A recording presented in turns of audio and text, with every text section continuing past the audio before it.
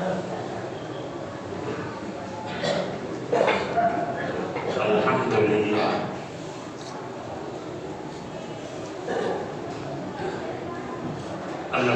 لله نحمده ونستعينه ونستغفره ونؤمن به ونتوكل عليه ونعوذ بالله من شرور أنفسنا ومن سيئات أعمالنا. من يهده الله فلا مضل له ومن يضلله فلا هادي له. ونشهد أن لا إله إلا الله وحده لا شريك له. ونشهد أن سيدنا ونبينا مولانا محمدا عبده ورسوله صلى الله تعالى عليه وعلى آله وأزواجه وأصحابه وأتباعه أجمعين، وبارك وسلم تسليما كثيرا كثيرا.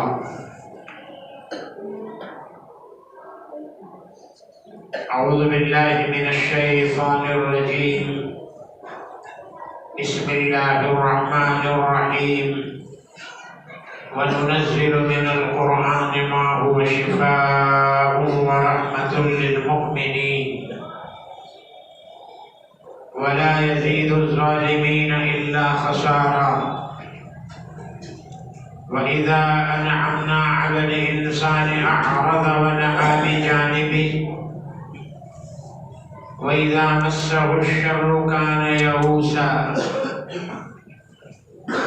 قل كل يعمل على شاكلته فربكم أعلم بمن هو أهدى سبيلا. صدق الله مولانا العظيم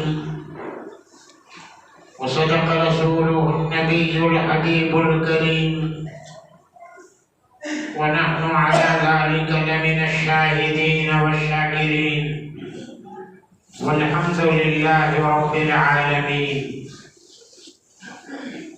عن عبد الرحمن بن عوف رضي الله تعالى عنه قال قال النبي صلى الله عليه وسلم: ثلاثة تحت العرش يوم القيامة: القرآن يحاج العباد له زهر وبدر، والأمانة والرحم تنادي من وصلني وصله الله، ومن قطعني قطعه الله، أو كما قال عليه الصلاة والسلام. الہی پھر عطا کر ہم کو ذوق درس قرآنی،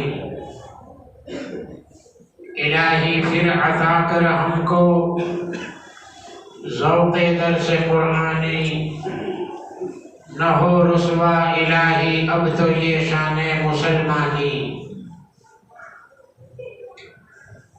جو چھوڑا دامن قرآن ذلیل و خوار ہے مسلم، جو چھوڑا دامن قرآن ذلیل و خوار ہے مسلم، وہ ہندی ہو کہ ترکی ہو کہ مصری ہو کہ ایرانی. جو چھوڑا دامن قرآن نتیجہ اس کا یہ دیکھا، جو چھوڑا دامن قرآن نتیجہ اس کا یہ دیکھا، جہاں بانی جو کرتے تھے کرتے ہیں وہ دربانی. بزرگان محترم، جمعہ کی نماز کے بعد نکاح کی مجلس ہے. نکاح کس کو کہتے ہیں وہ قریب آپ کے سامنے بات بتائی جائے گی. ابھی اس وقت میں نے جو حدیث آپ کے سامنے پڑھی ہے، اس کے راوی حضرت عبدالرحمن بن عوف رضی اللہ تعالیٰ عنہ روایت کرتے ہیں کہ جناب نبی کریم صلی اللہ علیہ وسلم نے ارشاد فرمایا، 3 چیزیں کل قیامت کے دن عرش کے نیچے رکھی جائے گی۔ گویا ان کے حقوق کا مطالبہ ہوگا کہ کون ہے جس نے دنیا کی زندگی میں یہ تینوں کا حق ادا کیا۔ جس نے حق ادا کیا وہ کامیاب ہے، اور جس نے ان تینوں چیزوں کی حق تلفی کی، ان کے حقوق کو ضائع کیا، وہ آج ناکام خاسر نامراد رہے گا۔ مشفق استاد جو ہوتا ہے وہ اپنے شاگردوں کی رہنمائی کرتا ہے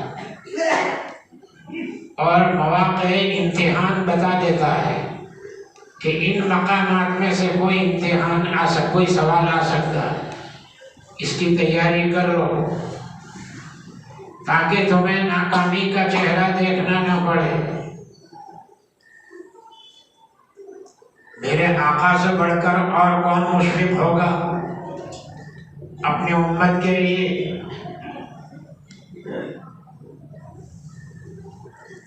لہذا میرے آقا نے اپنی امت کی رہبری فرمائی۔ خدا نے ہمیں ایسا بخشا نبی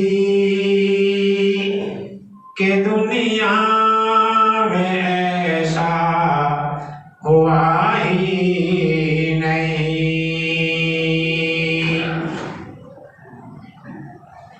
خدا نے ہمیں ایسا بخشا نبی کہ دنیا میں ایسا ہوا ہی نہیں۔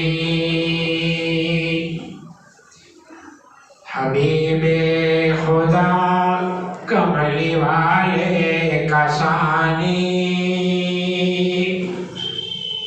زمین تو زمین آسماں پر نہیں۔ اللہ نے ہم کو ایسے رحمت والے نبی دیے، ایسے رحمت والے آقا دیے کہ جنہوں نے اپنی امت کی صحیح رہبری فرمائی، اور جو چیزیں آئندہ ضروری ہو سکتی ہے اس کی رہبری کیا۔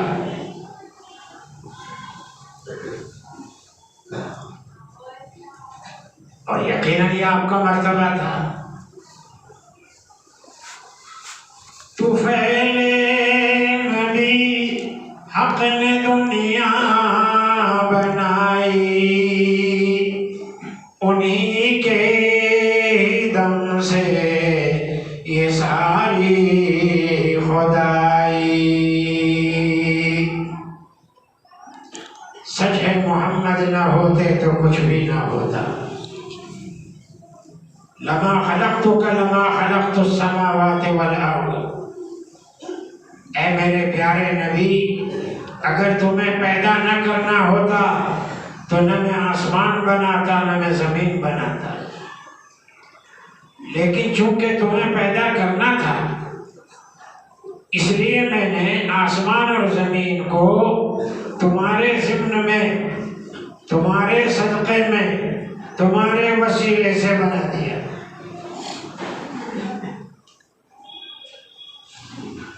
یہ دنیا تو آپ ہی کے لیے سجائی گئی ہے۔ منڈپ لگایا جاتا ہے جو کہ کوئی مجلس ہونے والی ہوتی ہے، نکاح کی تقریب ہونے والی ہوتی ہے، کوئی خوشی کا موقع ہونے والا ہوتا ہے، تو آدمی اپنے گھر کو صاف رکھتا ہے، سجاتا ہے۔ یہ علامت ہے اس کی کہ یہاں کوئی پروگرام ہونے والا ہے۔ میرے آقا کو اللہ نے داعی اللہ بنا کر بھیجا تو آپ کی آمد کے لیے اس کائنات کو اللہ تعالیٰ نے سجا دیا۔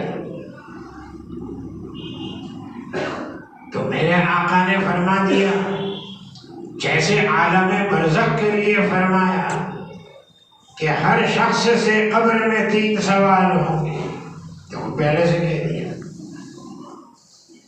تاکہ میری امت اس کی تیاری میں لگ جائے، اس کے جواب دینے میں لگ جائے۔ سوال بھی خود ہی بتا دیے، جواب بھی خود ہی بتا دیے۔ من ربک، تیرا پالنہار کون تھا؟ تجھے روزی روٹی دینے والا کون تھا؟ پہلا اگر مسلمان ہوگا، اگر دین کو سمجھا ہوگا، اگر دین کی محنت میں آیا ہوگا، فوراً کہے گا ربی اللہ، میرا رب اللہ ہے، مجھے روزی روٹی دینے والا اللہ ہے۔ اور اگر سب کو پہچانا لیکن اللہ کو ہی نہیں پہچانا تو پھر الامان والحفیظ جواب دینا مشکل ہو جائے گا، تو پھر جواب نہیں دے سکے گا، پھر تو کہے گا ہا لا ادری لا ادری، ہائے افسوس ہائے افسوس، میں نہیں جانتا کہ میرا پالنہار کون ہے، مجھے روزی روٹی دینے والا کون ہے، میں نہیں جانتا۔ پہلا سوال۔ دوسرا سوال وما دینک، تیرا دین کیا تھا، تیرا مذہب کیا تھا، کس دین کے اوپر تو چلتا تھا؟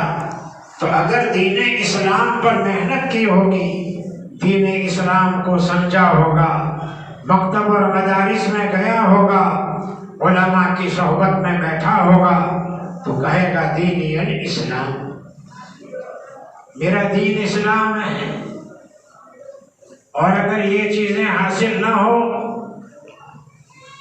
تو پھر یہاں بھی وہی کہے گا ہا لا ادری لا ادری، ہائے افسوس ہائے افسوس، میں نہیں جانتا کہ میرا دین کیا ہے۔ اور تیسرا سوال مدینہ منورہ کی طرف اشارہ کیا جائے گا، وما تقول فی حق ھذا الرجل، یہ کون تھے، ان کے بارے میں تو کیا کہا کرتا تھا؟ تو اگر میرے آقا کی سنتوں کو سمجھا ہوگا، حضور کے نورانی طریقوں کو سمجھا ہوگا، تو فوراً کہہ دے گا کہ ھذا نبینا جاءنا بالاسلام والہدایہ، یہ اللہ کے نبی ہیں جو ہمارے پاس قرآن لے کر آئے تھے، ہدایت کا پیغام لے کر آئے تھے، یہ اللہ کے لاڈلے نبی ہیں۔ اگر حضور اکرم صلی اللہ علیہ وسلم کو پہچانا ہوگا تو جواب آسان ہے، اور اگر ہر چیز کو پہچانا مگر آپ کو نہ جانا تو یہاں بھی جواب اس کا یہ ہوگا لا ادری لا ادری، ہائے افسوس ہائے افسوس، میں نہیں جانتا کہ یہ کون ہے۔ عالم برزخ کے 3 سوال، تو عالم آخرت کے بھی 3 سوال۔ نمبر 1 قرآن پیش کیا جائے گا، قرآن اپنے حقوق کا مطالبہ کرے گا، قرآن حجت بازی کرے گا کہ دنیا میں اس نے میرے حق ادا کیے تھے یا ادا نہیں کیے تھے۔ قرآن کا حق کیا ہے، اس کو روز پڑھنا چاہیے، اس کی تلاوت کرنی چاہیے۔ بخاری کی روایت ہے، صحابہ کا بیان ہے، وَفِينَا رَسُولُ اللَّهِ يَتْلُو كِتَابَهُ، وَفِينَا رَسُولُ اللَّهِ يَتْلُو كِتَابَهُ إِذَا انشَقَّ مِنَ الْفَجْرِ سَاطِعُهُ أرانا الهدى بعد العمى فقلوبنا به موقنات انما قال واقع. ہمارے اندر ایک اللہ کے نبی ہیں جو قرآن کی تلاوت کرتے ہیں، قرآن پڑھتے ہیں. جب صبح کی پاؤ پھوٹنے کو ہوتی ہے، جب صبح کی کرن نکلنے کو ہوتی ہے، اس وقت اللہ کے نبی قرآن پاک کی تلاوت میں مشغول ہوتے ہیں. اور اللہ کے نبی نے ہمیں ہدایت کا راستہ بتایا گمراہی کے بعد. ہم تو گمراہ تھے، ایک دوسرے پر ظلم کرتے تھے، ایک دوسرے کو ناحق ستایا کرتے تھے، لوٹ مار کرنا یہ ہماری عادت تھی، مرداروں کو کھانا ہماری روزی تھی. ہر بڑا چھوٹے کو ستاتا تھا، ہر امیر غریب کا دل دکھاتا تھا، ہر قوی کمزور کو ناحق ستاتا تھا. اللہ نے ہم پر احسان کیا، اپنے پیارے نبی کو بھیجا اور انہوں نے ہمیں ہدایت کا راستہ بتایا کہ اگر منزل مقصود پر پہنچنا چاہتے ہو تو یہ سیدھا راستہ ہے، چلے جاؤ یہاں. قرآن اپنے حقوق کا مطالبہ کرے گا کہ اس نے پڑھا تھا مجھے یا نہیں پڑھا تھا. قرآن کو ہم پڑھیں، اللہ کا کلام ہے، اللہ کی ذات سے نکل کر آیا ہے. جیسے میں آپ کے سامنے بول رہا ہوں، دیکھو یہ کلام ہے، یہ قرآن کی مثال ہے. اور ایک یہ ہے کہ میں نہ پیغام بھیجوں، بھائی فلاں صاحب کو میرا سلام کہہ دینا، بھائی فلاں قاری صاحب کو میرا سلام کہہ دینا، تو وہی پیغام. تورات زبور انجیل پیغام تھی، اور قرآن اللہ کا کلام، اس کا احترام کریں.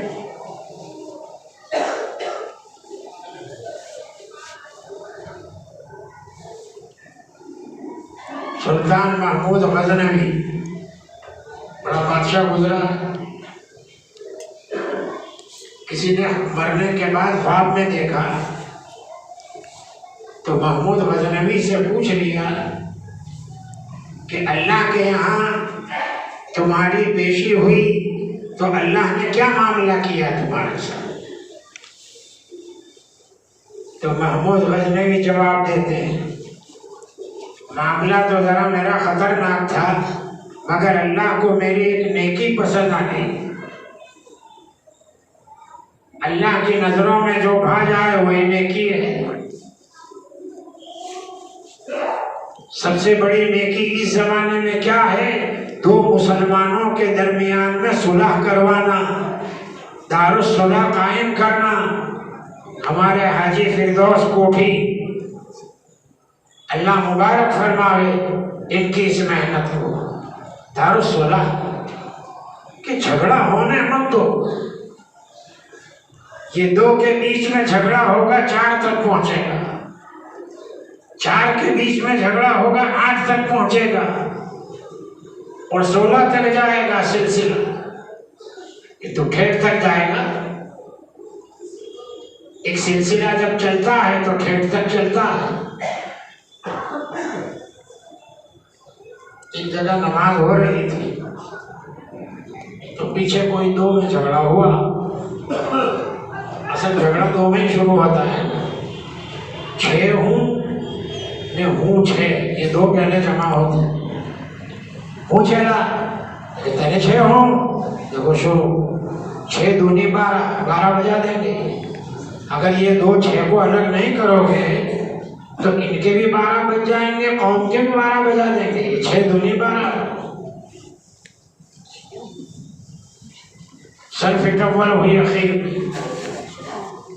ایک نے دوسرے کو گھونسا مارا تو وہ گرا پچھلی صف پر،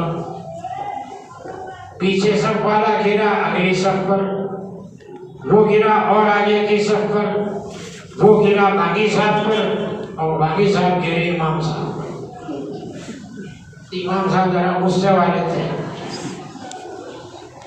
حالانکہ امام صاحب غصے والے نہیں ہونے چاہیے، باقی صاحب غصے والا ہونا چاہیے، تو مسجد کی حفاظت ہوگی، ورنہ غسل خانے کے ٹوال لٹکیں گے مسجد میں۔ مؤذن ذرا تیز ہونا چاہیے۔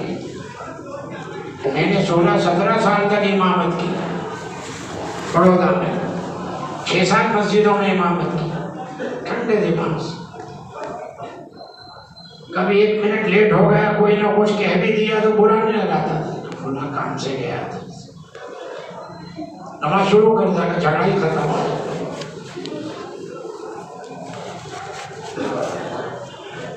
وہ باقی صاحب جب امام صاحب پر گرے تھے، امام صاحب غصے ہو گئے، کم بخت دیکھتا نہیں ہے میں نماز پڑھا رہا ہوں قوم کو۔ باقی صاحب ہاتھ جوڑ کر کھڑے ہو گئے، حضرت غصہ نہ ہو، یہ تو ٹھیٹ سے چلی آ رہی ہے، ٹھیٹ سے، ہر پچھلا گرا ہے اپنے اگلے پر، تو میرے اگلے آپ تھے، تو وہ سگلے میرے اوپر گرے تو میں آپ پر گرا، چونکہ آپ میرے اگلے تھے۔ ہاں، اس لیے صلح کو قائم کرنا، دارالصلح کو قائم کرنا بہت ضروری ہے۔ یہ نیکی ہے اس زمانے میں۔ تو محمود غزنوی اس نے کہا کہ اللہ کے سامنے میری پیشی تو ہوئی، معاملہ ذرا خطرے میں تھا، مگر میری زندگی کی ایک نیکی اللہ کو پسند ہے۔ کون سی نیکی تھی وہ؟ ایک دن میں سفر میں تھا، میرا عملہ بھی ساتھ میں تھا، رات میں ہم کو بیچ میں قیام کرنا تھا، تو ہمارے دوست نے ہمیں دعوت دی قیام کی، تو ہماری قیام کے لیے بنگلہ اور پھر ایک روم سجایا گیا، تیار کیا۔ جس روم کے اندر میں سویا تھا، میرے پیر لمبے تھے اور تاخچے میں قرآن رکھا ہوا، اور میرے پیر لمبے تھے، میری نظر اچانک قرآن پر پڑ گئی، اور میں بیٹھ رہا ہوں قرآن۔ میں نے خادموں کو بلا کر کہا کہ قرآن کو یہاں سے ہٹا دو، کوئی دوسری جگہ رکھ دو۔ وہ خادم جیسے قرآن کو پکڑنے گیا، میرے دل میں خیال آیا کہ محمود، کیا یہی قرآن کی تعظیم ہے کہ تیرے آرام گاہ کے لیے قرآن کی جگہ بدلی جاوے؟ قرآن کو اپنی جگہ رہنے دے، تو اپنی آرام کی جگہ بدل دے۔ قرآن تو اپنی جگہ پر رہے گا، محمود اپنے آرام کی جگہ بدل سکتا ہے نا؟ تو اللہ کو وہ نیکی میری پسند آئی۔ محمود، تیرے دل میں میرے کلام کی اتنی عظمت تھی، تو بھی میرا پیارا بندہ بنا، تو نے میرے کلام کی عظمت کی، جا میں نے تیری مغفرت کا اعلان کر دیا، اور میں نے تیری مغفرت کا فیصلہ کر دیا۔ جو دولت حضرت امام احمد ابن حنبل رحمۃ اللہ علیہ کو ملی، وہ قرآن ہی کی وجہ سے نہیں ملی۔ قرآن کی عظمت تھی، قرآن اللہ کا کلام ہے اور یہ غیر مخلوق ہے۔ معتزلہ کا زمانہ تھا جو قرآن کو مخلوق کہتا تھا، بخاری کی بحث ہے۔ حضرت امام احمد ابن حنبل نے ڈٹ کر مقابلہ کیا معتزلہ کا، اور کہا قرآن اللہ کا کلام ہے اور یہ غیر مخلوق ہے، یہ مخلوق نہیں۔ جیسے اللہ کی ذات غیر مخلوق ہے، اس کا کلام بھی غیر مخلوق۔ اسی پر جیل میں ڈالا گیا، تکلیفیں دی گئی، تلوار کے کچوکے مارے گئے، بدن کو زخمی کیا گیا۔ انہی تکالیف میں حضرت امام احمد بن حنبل کا انتقال ہوا۔ خواب میں کسی نے دیکھا تو پوچھا کہ حضرت کیا معاملہ ہوا؟ حضرت امام احمد بن حنبل فرماتے ہیں میرا معاملہ اللہ کے یہاں یہ ہوا کہ اے احمد تو نے میرے کلام کی عزت کو بچایا اور اپنے چہرے کو زخمی کیا. جا جو چہرہ تیرے میرے کلام کی حفاظت میں زخمی ہوا ان آنکھوں کے لیے میں اجازت دیتا ہوں کہ ہر صبح اور شام میرے چہرے کی زیارت کر سکے. دنیا والے تو جنت میں مجھے دیکھیں گے، اے احمد تم مجھے ابھی سے دیکھ لو میرے ذریعے. بھائیو یہ ہے قرآن. جب تک بندہ قرآن پڑھتا ہے اللہ اپنے بندے کو بہت میٹھی اور پیار کی نظر سے دیکھتا ہے کہ میرا بندہ قرآن پڑھ رہا ہے، اس کے ہاتھ میں میرا کلام ہے اور قرآن کی تلاوت کر رہا ہے. وہ اللہ کا پیارا بندہ ہو جاتا ہے. اگر ہم چاہیں کہ اللہ سے باتیں کریں قرآن میں لگ جائیے، قرآن کی تلاوت میں لگ جائیے. جب تک قرآن پڑھتے رہو گے اللہ سے باتیں ہوتی رہے گی. تو میرے عزیزوں میرے آقا نے فرمایا قرآن سب سے پہلے پیش کیا جائے گا، اس کے حقوق کا مطالبہ کیا جائے گا. ایک اس کا ظاہر ہے اور ایک اس کا باطن ہے. ظاہر تو یہی ترجمہ جو علماء نے لکھا، اور باطن اس کے وہ خصوصی معانی جن کا نزول اللہ والوں کے دلوں کے اوپر اترتا ہے. اس کی بھی مثالیں ہیں، بات لمبی ہو جائے گی. اس کی بھی مثالیں ہیں. قرآن کریم کی آیت ہے، اس کا یہ ظاہر ہے، یہ بات لہو ظہر و بطن والامانت، اور امانت پیش کی جائے گی. اس کے حقوق کا مطالبہ ہوگا. ایمان یہ امانت ہے جو اللہ نے بطور امانت کے ہمارے سینہ میں رکھ دیا. اس کے حقوق کا مطالبہ ہوگا کہ ایمان پر جان اور مال کو لگایا تھا یا نہیں لگایا تھا، ایمان پر محنت کی تھی یا نہیں کی تھی. ایمان کا بیج اللہ نے بو دیا ہے، اب ہم اس پر محنت کریں تاکہ یہ ایمان کی کھیتی پکے، اناج کٹے اور اللہ کے بندوں کو فائدہ پہنچے. امانت. اور نمبر 3 صلہ رحمی، قریبی رشتہ داروں کے حقوق ادا کرنا، ماں باپ کے، بھائی بہن کے. اسی طرح اگر نکاح ہو گیا ہے تو پھر بیوی کے حقوق ادا کرنا، اس کے دل کو دکھانا نہیں، اس کی حق تلفی کرنا نہیں.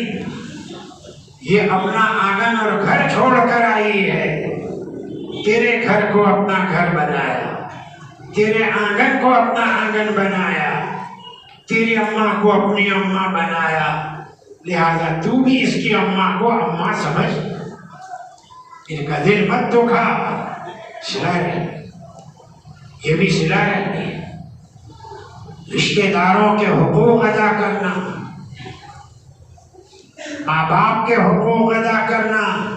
شادی ہونے کے بعد اپنے ابا اماں کو نہ بھول جانا، ان کے حقوق بھی ادا کرنا. جیسے خسر اور ساس خوش دامن کے حقوق ہیں، اسی طرح تیرے والدین کے وہ تو پہلے سے ہی، ان کے دل کو مت دکھانا. نکاح کرنا.